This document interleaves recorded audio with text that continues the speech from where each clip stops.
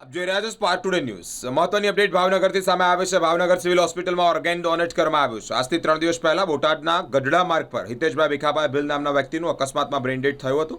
આ બનાવમાં કુદરતી રીતે મૃત્યુ પામેલા હિતેશભાઈ ભીલનું લીવર અને કિડનીનું દાન કરવામાં આવ્યું છે। નર્મદા જિલ્લાના હિતેશભાઈ ભીલના કારણે 3 લોકોને નવું જીવન મળશે। ભાવનગર સિવિલ હોસ્પિટલમાંથી ગ્રીન કોરિડોર કરીને બાય રોડ આઈકેજી અમદાવાદ હોસ્પિટલમાં લઈ જવામાં આવ્યું છે। આ 3 દિવસ પહેલા અહીંયા સરટી હોસ્પિટલમાં હિતેશભાઈ ભીલ કરીને વાહન અકસ્માતના સંદર્ભે મગજમાં હેમરેજ થતા દાખલ થયેલા। એમને માથામાં ગંભીર પ્રકારની ઈજા હતી। અમે ઘણી બધી ઘનિષ્ઠ સારવાર કર્યા પછી એમને તબિયતમાં સુધારો નહોતો અને અમારે તપાસતા અમને બ્રેઇન ડેડ અમે જાહેર કર્યા। ત્યાર પછી એમના જે સ્વજન છે, એમના પિતાશ્રી, એમના પત્ની અને એમના શાળાને કે ભાઈ આ આપણા દર્દી છે, આપણા રિલેટિવ એ બ્રેઇન ડેડ છે અને જો તમે આ બ્રેઇન ડેડ પેશન્ટમાં તમે ઓર્ગન ડોનેટ કરો તો નવી 3 થી 5 જિંદગી બચે એવું છે। હવે આ લોકો એકદમ અશિક્ષિત એટલે કે ત્યાં નર્મદા જિલ્લાના આદિવાસી સમાજમાંથી આવે છે, પણ એમના જે આ શાળા છે એમને આ બાબતે થોડીક જાણ હતી ને એને સ્વેચ્છાએ રાજી ખુશી તુરત જ અમને પરમિશન આપેલી। એમને સમજાવવામાં આવ્યું કે ભાઈ આ 3 થી 5 દર્દીની જીવન આમાંથી બચશે।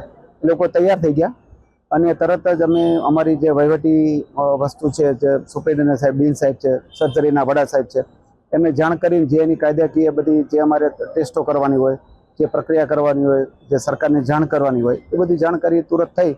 રાતે બધી તાત્કાલિક ધોરણે બધી પ્રક્રિયાઓ હાથમાં લઈ અને આજ વહેલી સવારે અમદાવાદથી આઈકેડીની ટીમ આવેલી લીવર અને કિડની લેવા માટે અને આજરોજ એમને લીવર અને કિડની અમે ગ્રીન કોરિડોરની મદદથી પોલીસ અધિક્ષકની અમને સહકારથી એ કરી અને અમે ત્યાં કિડની હોસ્પિટલે આ 3 ઓર્ગન આજે પહોંચાડવાના છે, જેથી કરીને આ દર્દી 3 દર્દીઓને જીવતદાન આપશે। ખાસ કરીને તો એ કહેવાનું, આમાં હાર્ટની ટીમ પણ અમારી અહીંયા ભાવનગરમાં આવી ગઈ હતી। હાર્ટ પણ ટ્રાન્સપ્લાન્ટ કરવાનું અમારું પ્લાનિંગ હતું, પણ છેલ્લી ઘડીએ અહીંયા જ્યારે ટીમ આવી એમને હાર્ટનામાં થોડાક એક વાલ્વમાં પ્રોબ્લેમ લાગેલો એટલે એ લોકોએ ના પાડી। બાકી તો અમારી હાર્ટની ટીમ પણ અમદાવાદથી અહીંયા આવી ચૂકી હતી યુએન મહેતાથી।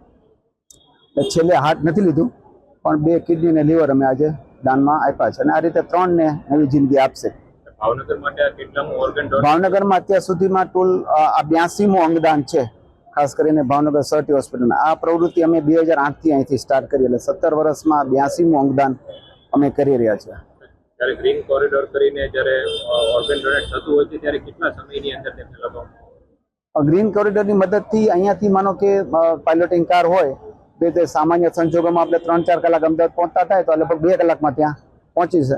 એટલે જેટલી ઝડપથી ઓર્ગન ત્યાં પહોંચે એટલા ઓર્ગન સારા અને સ્વસ્થ રહે અને એટલું જે ઓર્ગન લેનાર હોય એની તબિયત અને બીજા કોમ્પ્લિકેશન થવાની શક્યતા ઓછી થઈ જાય। સમાજમાં શું સંદેશો આપશો ઓર્ગન ડોનેટને લઈને? અમે તો ખાસ એ કરીએ કે કોઈ પણ બ્રેઇન ડેડ પેશન્ટ આવે તો એમાં ઓર્ગન ડોનેટ કરે અને બીજાને જિંદગી બચાવી શકે। કારણ કે હવે તમારે કોઈ પણ ઓર્ગનનું અલ્ટિમેટલી માનો કે બ્રેઇન ડેડ થાય તો કોઈ પણ સંસ્કૃતિ પ્રમાણે, હિન્દુ સંસ્કૃતિ હોય તો અગ્નિદાહ આપવાનો છે, મુસ્લિમ કે ક્રિશ્ચન હોય તો એને દાટવાના છે કે જે કાંઈ। એટલે અલ્ટિમેટલી એકવાર બ્રેઇન ડેડ થયા પછી ઓર્ગનનો કોઈ ફાયદો કે કોઈ એનો ઉપયોગ નથી।